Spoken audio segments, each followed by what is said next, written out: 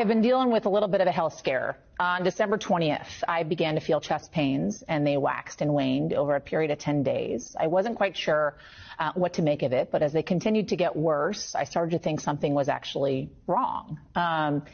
It was December 30th when I finally went to an urgent care and was told I had reflux. I didn't really buy it, but I was relieved it wasn't my heart.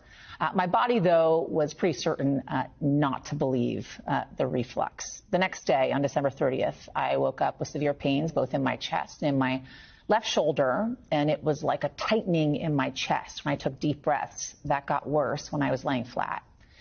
I knew enough at that moment to understand that it could mean, could is the key word here, that I was having a heart attack, especially because it was happening in the left part of my shoulder. I want to remind you, I run 7 miles 3 to 4 times a week, or I did. I do yoga. I don't eat meat. I don't smoke. I drink occasionally. Not right now, though, because my doctor tells me I can't.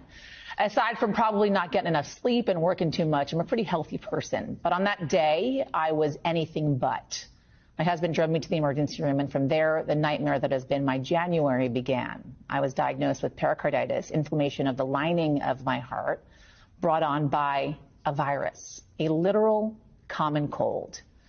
I also had fluid around my heart that had to be drained, or else it could hinder the beating of my heart. I was hospitalized for 4 nights and transferred from a local hospital to NYU Langone here in New York City.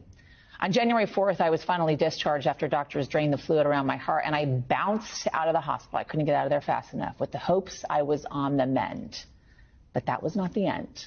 3 days later, I was readmitted when I felt a flutter in my heart, like a butterfly. It was inside my chest. They determined I had developed myocarditis, inflammation of the actual heart now, the heart muscle.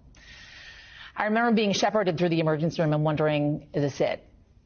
It wasn't, thank God. Instead, I spent 5 more days in the hospital where they ran a battery of tests, adjusted my meds, and made sure nothing else was fueling what was happening. And in fact, in the end, it was still just the cold that was doing all of this, that had caused all of this inflammation in and around my heart.